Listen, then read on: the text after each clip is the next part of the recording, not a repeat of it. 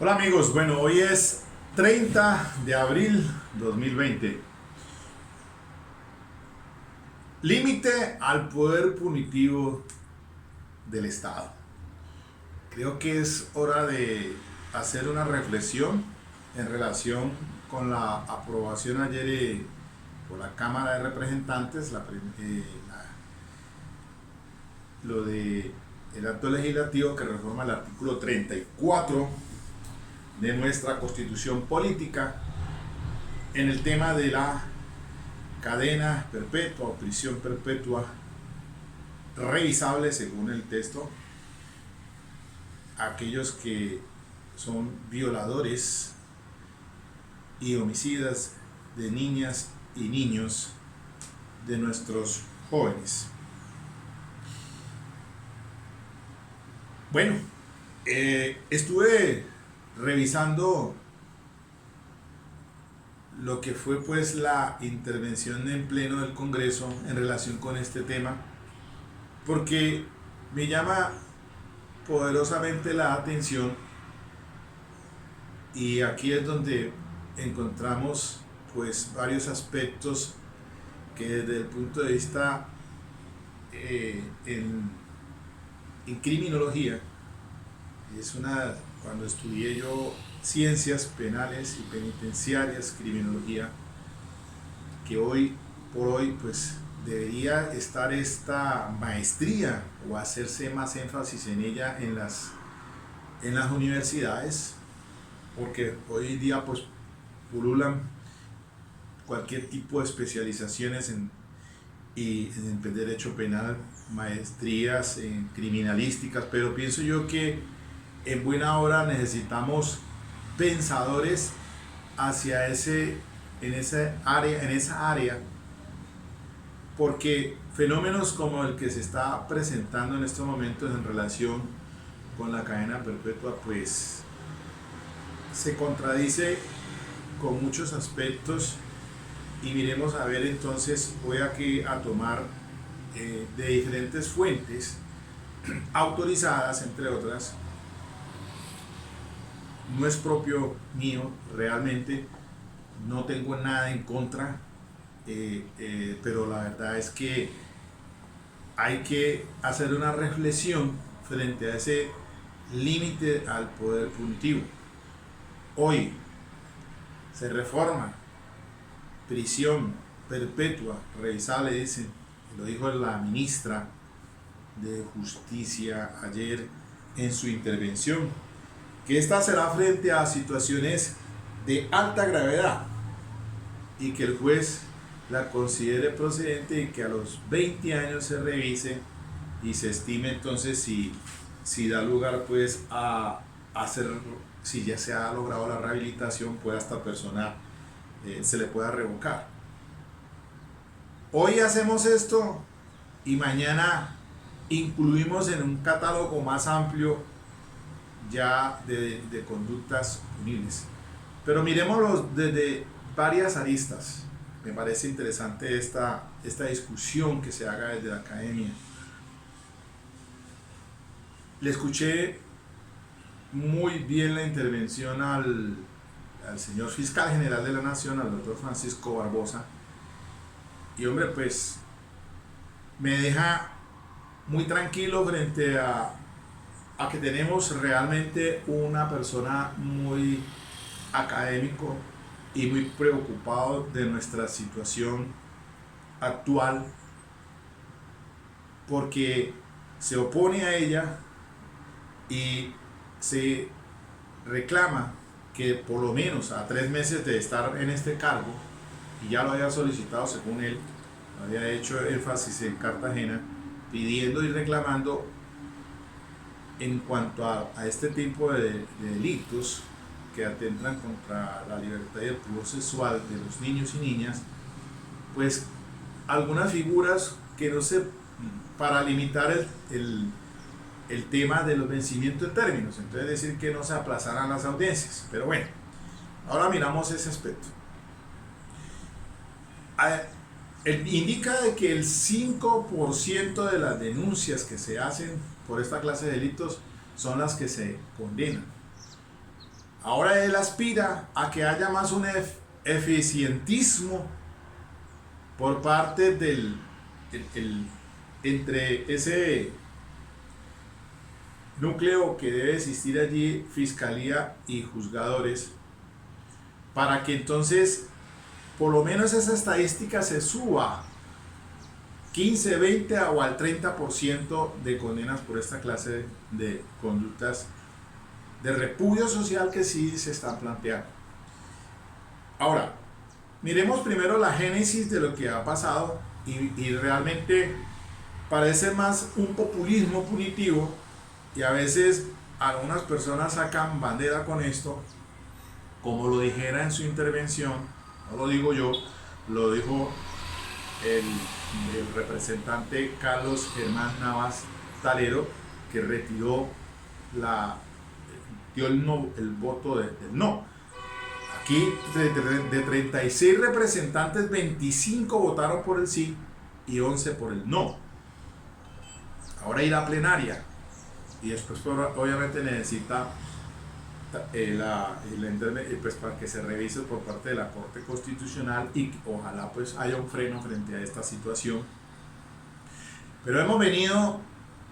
no ahora sino de tiempo atrás y en esa hay que mirar varios aspectos aquí. Nosotros somos dados como pueblo colombiano, pues nuestra política criminal a conductas de impacto social en su determinado momento. Recordemos muy bien el caso de la niña Juliana, con el asunto del arquitecto Rafael Uribe, que fuera condenado por homicidio agravado y además por el abuso sexual de la menor a 58 años, inicialmente 52 y después le revocaron, se la subieron a 58, porque en Colombia pues por el concurso lo máximo son 60 años. Es con eso que hay que trabajar y así lo hizo ver ayer el doctor Francisco Barbosa, quien es desde una posición de la intervención mínima del derecho penal. Por fortuna tenemos una persona con una visión e incluso anuncia que en los próximos meses pues va a sacar una directiva instruyendo a sus funcionarios a efectos de que solamente se prive de la libertad por casos excepcionales y de alta peligrosidad, porque el 60% dice de las demandas contra el Estado son con privaciones injustas y eso ya se venía diciendo hace mucho rato. Por eso en las reformas que ha habido frente al texto de la norma para el vencimiento de términos, por vencimiento de términos se aluden a los tratados internacionales de derechos humanos como son la ley 16 del 72, el pacto de San José de Costa Rica y la ley 74 del 68, que es el pacto internacional de derechos humanos. Pero lo que se propone es que haya más eficientismo en una entidad que requiere todo el apoyo. Allí pasan varias cosas y lo he visto yo cuando salí ahora recientemente de la Defensoría Pública, que estuve en Armenia un mes, al recibir pues tantos expedientes, 218 carpetas, por diferentes conductas, y me voy a referir a las de delitos sexuales. Si entré a unas 5 audiencias preparatorias que me tocó aplazarlas, porque no tenía, como esa carga me la entregaron así, ahora el problema del defensor público en estos momentos es que recibe esa alta carga. Lo del circuito recibí yo por lo menos, hablo en nombre propio, recibí esa estadística tan elevada, no me dio lugar a revisar carpeta por carpeta porque tenía que inmediatamente entré a audiencias y empecé pues a solicitar el aplazamiento, porque es completamente ilógico que fuera una audiencia preparatoria sin nada, sin conocer el proceso. sin saber si esa persona algún elemento de prueba me iba a aportar para poderle al menos llevarle a la audiencia preparatoria algo para defenderlo en el juicio oral. Una problemática enorme. De allí que entonces comprenderá el señor fiscal general de la Nación que no es porque nosotros aplacemos como defensores, sea de confianza o en este caso los públicos me refiero, porque se quiera, sino porque estamos igual que ustedes, señor fiscal. Sus fiscales están atiborrados de trabajo, que meridianamente cumplen con su labor, y de allí entonces alguna de estas sentencias de la Corte Suprema en un caso de delito sexual, si mal no estoy, la 43.916 del 2016, y esta de los hechos jurídicamente relevantes, la 45.899 del 2017, les dijo: señores fiscales, tienen que hacer bien su trabajo porque están llegando a los juicios orales sin elementos de prueba. No sé cuál sea la razón, pero si llegan en esas condiciones, obviamente que por eso las altas estadísticas de que los juicios se pierdan por parte del ente acusador. Y ahora miramos entonces lo que recientemente le contestó el maestro Raúl Eugenio Zaffaroni al Colegio de Abogados Penalistas de Colombia en esta intervención del 26 de abril del derecho penal humanitario, para que miremos la problemática que tenemos tan preocupante. Por fortuna el fiscal está cayendo en la nota y hace ese anuncio para que pues no se prive de la libertad sino excepcionalmente, o una recomendación. Efectivo, es cierto, ese es el gran problema que tenemos frente a la superpoblación carcelaria, y que ahora no están en la imposibilidad de a corto plazo resolver eso. Que por el asunto del COVID-19 se prendieron las alarmas, pero realmente el problema viene hace muchos años atrás, desde el 2014, cuando estaba, por ir más cerquita, porque si me pongo a hablar de hace 20, 30 años, pues si van a darse cuenta que la misma situación de política criminal siempre ha existido, la superpoblación carcelaria, el hacinamiento. Eso viene de 1984, cuando la ley segunda, que me correspondió a mí, recién desempacado de la universidad, haciendo consultorio jurídico, pero con esta del 2014 viene esa reforma que se hace, y mire entonces el problema ahora por parte del Ministerio de Justicia, que pues resulta de que se encuentran con ese bloque como lo dijo el fiscal ayer, el artículo 314 le impide a él, en ese tema de la sustitución por la domiciliaria, se encuentra con ese gran problema,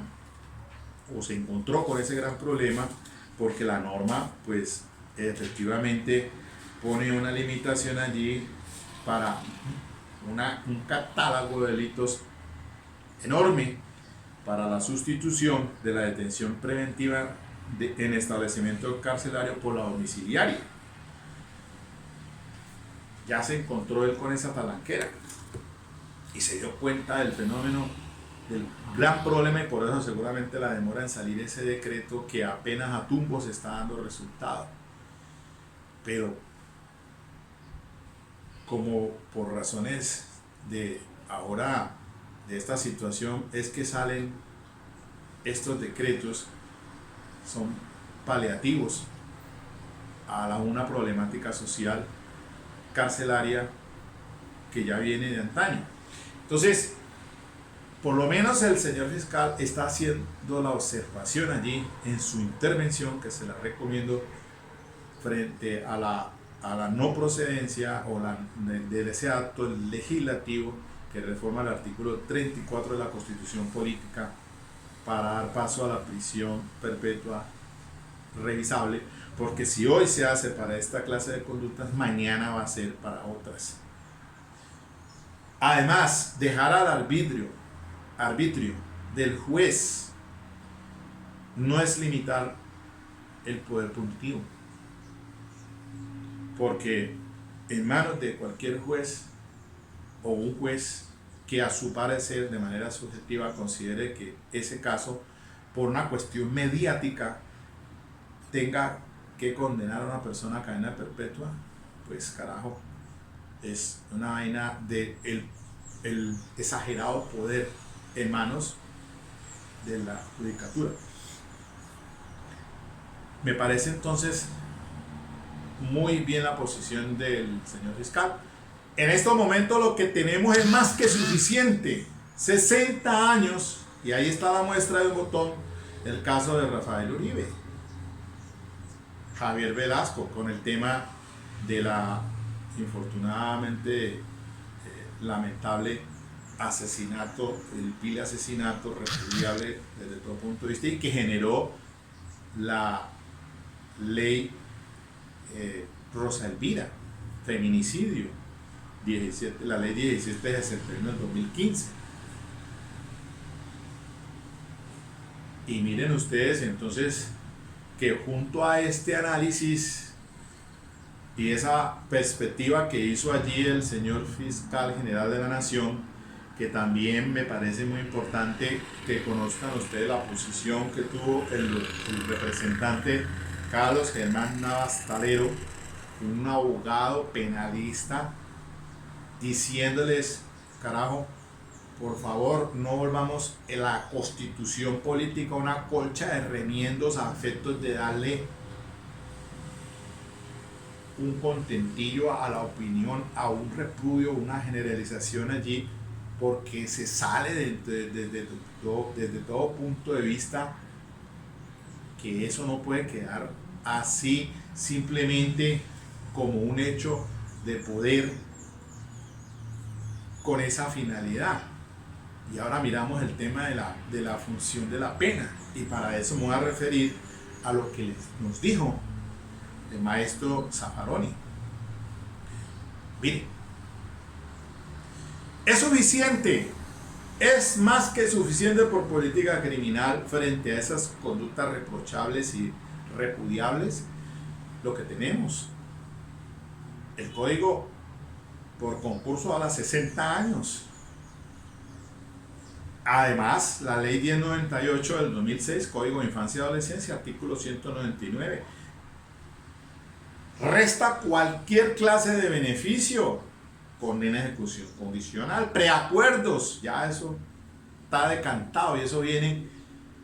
eso por razón de política criminal, considero yo que es más que suficiente para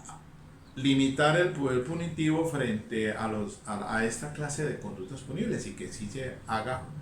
realmente justicia. Entonces,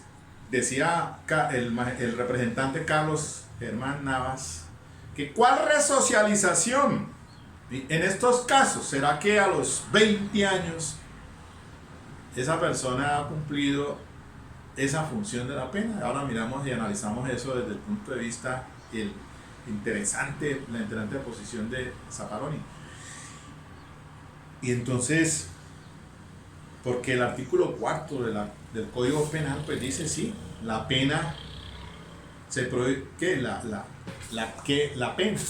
función de prevención general, función de prevención especial, reinserción social, protección del condenado, retribución injusta, son las funciones de la pena. Y ahora miramos lo que dice el maestro Zaffaroni frente a ese punto, cuando le hizo una pregunta allí uno de los colegas sobre el fin de la pena y al respecto de la culpabilidad. Y entonces digo yo, en buena hora, señor fiscal, fabuloso conocerlo usted con esa trayectoria y con esa mentalidad hacia dónde va. Aquí, por eso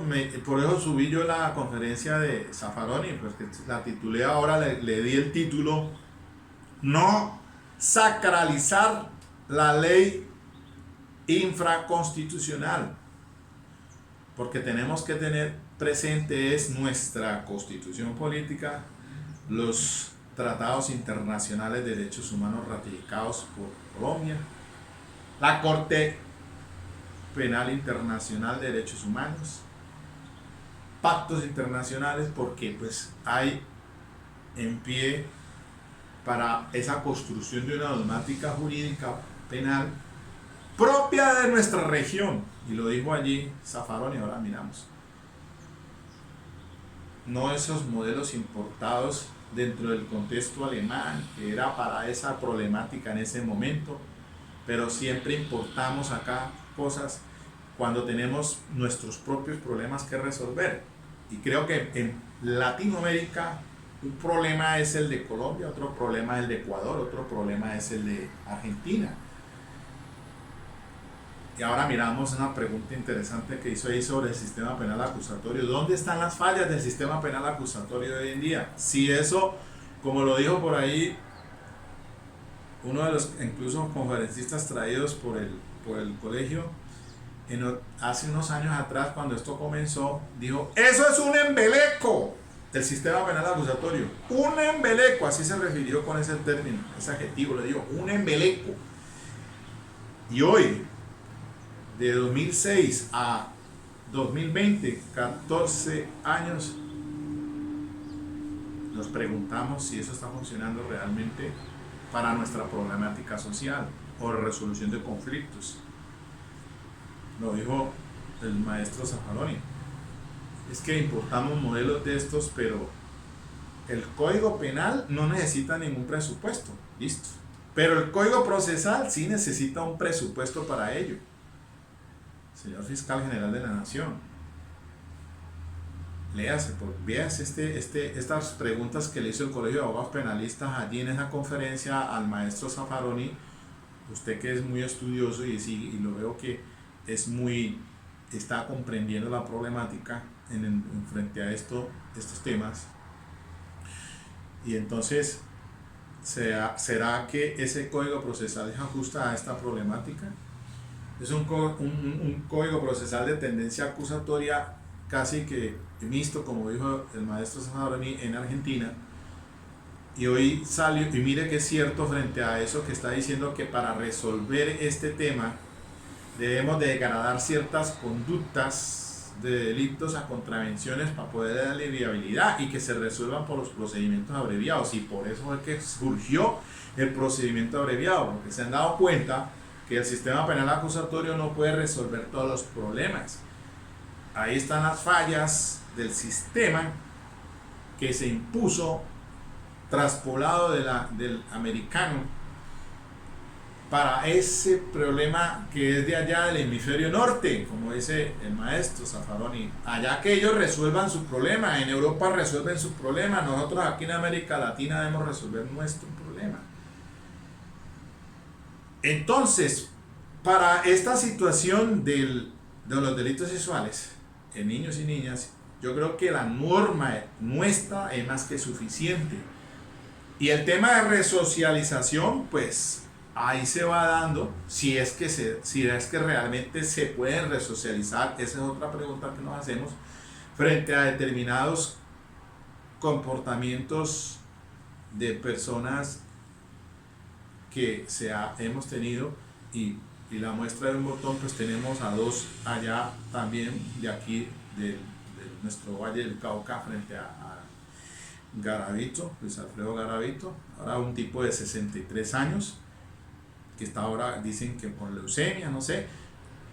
El otro es Manuel Otavio Bermúdez, más conocido como el monstruo de los Cañaduzales, un personaje que en este momento tiene 59 años, seguramente estará a puertas de salir, porque la pena que se impuso en ese entonces pues era una pena entre 25 o 30 años, sin saber si es que tiene cuentas pendientes en otra parte, como en otros. Creo que Garavito tenía sentencias en Ecuador, bueno, en fin. Pero ahí es donde uno se pregunta, bueno, para esa clase de individuos, esa población de asesinos seriales, ¿qué clase de solución se le podría dar? Pero no creo que por ellos podamos institucionalizar la prisión perpetua, porque entonces con ese rasero no podemos trabajar a la población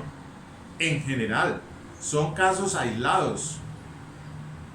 Y entonces me llamó a mí la atención cuando la ministra de Justicia dice allí en su intervención, claro, pues ella, al igual que el Ministerio del Interior, pues están es con la petición del gobierno de Duque, la orden, pues son ministros obviamente el Ejecutivo, ellos cumplen para que pues aprobara ese acto legislativo, porque esa es la propuesta que hiciera el presidente el año pasado en Cartagena también, y han venido con esta situación allí, dándole, ahora con esta ley Gilma Jiménez, en paz descanse, pero pues realmente debemos, insisto, limitar el poder punitivo del Estado, porque si no, entonces mañana ya vamos a tener no solamente cadena de prisión perpetua, sino seguramente institucionalizar entonces la pena de muerte. Eso es donde por razones de política criminal no podemos caer en eso, en esa situación, porque lo que se tiene en este momento, y así lo dijo el doctor Barbosa, es más que suficiente. Él está trabajando con lo que tiene, 60 años. Y mire, la Corte Suprema de Justicia en estas decisiones 44056, 43866, 43916 y otras allí que aparecen acá en mi tablero, en delitos sexuales, y ha dicho, frente al estándar de prueba, el menguado de la prueba de referencia, les explicaba ya, hasta les he indicado en varias intervenciones, de que ese 381 de la norma habla de que no se puede condenar exclusivamente en prueba de referencia. Entonces, para poder acompañarla de otros elementos, de otra prueba, si no es directa, que sea al menos indiciaria o indirecta, entró a constituirse todo lo de la corroboración periférica del derecho comparado español. Y a la vez también entonces sugirió en una de estas tres, dice, bueno, el de la confrontación, 43866, listo, señores fiscales, entonces practiquen prueba anticipada, 254 en la norma, y ahí se garantiza confrontación y contradicción, y se evita el derecho del pro infame, es evitar que se revictimice en el juicio oral, y tiene usted una prueba más robusta, o por lo menos una prueba para poder que el juez tome una decisión mejor frente a una prueba menguada como es la prueba de referencia. Un tema discutible, sí, claro, pero lo que quiero decirles es que la misma Corte Suprema de Justicia está dando pinceladas frente a este tema de los delitos sexuales, porque hay allí altibajos en las investigaciones del ente acusador. Señor fiscal, pues entonces que se destine una mejor capacitación, y además de su ampliación de la plaza de fiscales dedicada a este tipo de conductas punibles, permitir entonces que entre más robusto en investigación al juicio oral, para poder entonces obtener los estándares que está diciendo la Corte Suprema de Justicia, porque entonces se están quedando, si usted lo dijo, ya me dio a pensar de que si de las denuncias que se presentan solo el 5% salen condenados, carajo, pues estamos graves. Y entonces hay una deficiencia para entonces poder obtener un resultado frente a ese tipo de conductas punibles, teniendo las herramientas ya en la norma, porque la norma es clara en ese sentido, los instrumentos están dados y el tipo penal pues señala una sanción ejemplar, y evitar entonces ahora presentar esto de la prisión perpetua revisable, como ha llamado el Ministerio de Justicia, que mañana se nos va a volver ya algo más generalizado, ya no va a ser para los delitos sexuales contra niños y niñas o de los homicidios, sino que a esto le vamos a sumar Entonces ya vamos a tener el feminicidio en ese catálogo y seguramente terminarán un poco de conductas también, de acuerdo pues como dijera el fiscal en el 314, que porque cada vez que hay cambios legislativos o nuevas novedades, entonces ahí por política criminal van inflando ese catálogo. Eso es tremendamente preocupante. Entonces, miremos ahora las preguntas que le hicieron al maestro Eugenio Raúl Zaffaroni, y nos vamos a dar cuenta, caramba, que tenemos que hacer algo. En la academia tenemos que hacer algo. Le preguntó Santiago Tres Palacios, ¿cuál es el futuro de la dogmática hacia el futuro? Bueno, nosotros tenemos un derecho penal cultural, histórico, político, y depende de donde estemos es que hay que hacer dogmática. Entonces el maestro pues resume que nosotros hemos importado modelos, y no hablo solamente en dogmática sino también ahora en procedimiento, y entonces dice él muy jocosamente, pues muy ejemplarizando, que pues para construir un puente traemos los mejores ingenieros, pero lo que tenemos que tener presente es dónde vamos a hacer ese puente y qué resistencia a ese puente. Esa es una forma muy académica para decir pues que tenemos que enfocar es a una dogmática, no sacralizar esa ley infraconstitucional, sino tener en cuenta entonces una constitución política y los derechos internacionales, derechos humanos y derecho internacional humanitario. Pero vamos al punto aquí que quiero reflexionar, es más concretamente para el tema,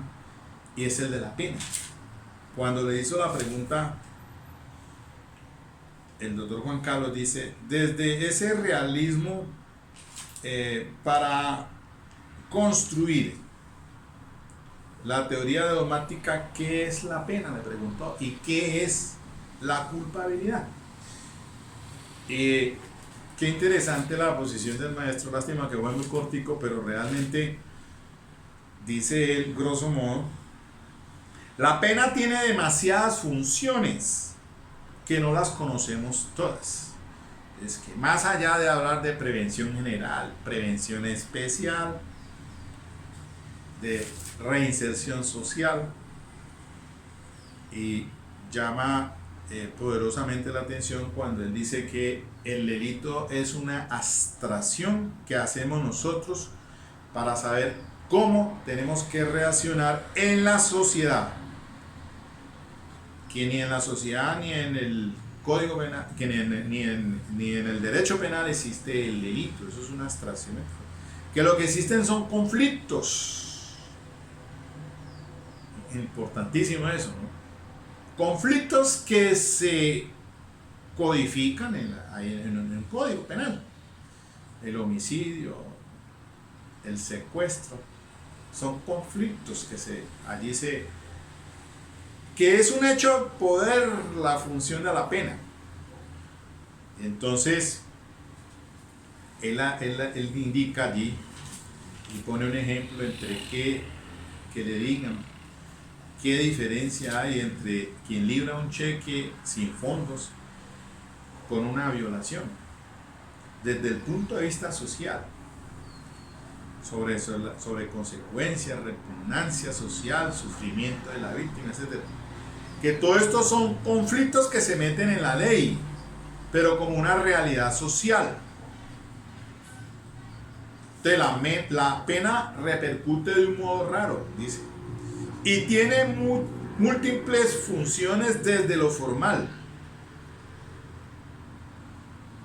Pero volvemos al punto, entonces tenemos es que frenar ese límite del poder punitivo, porque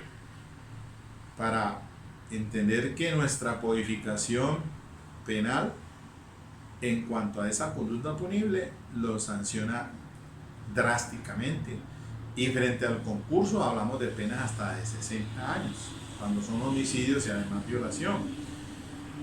Eso ya de por sí, 60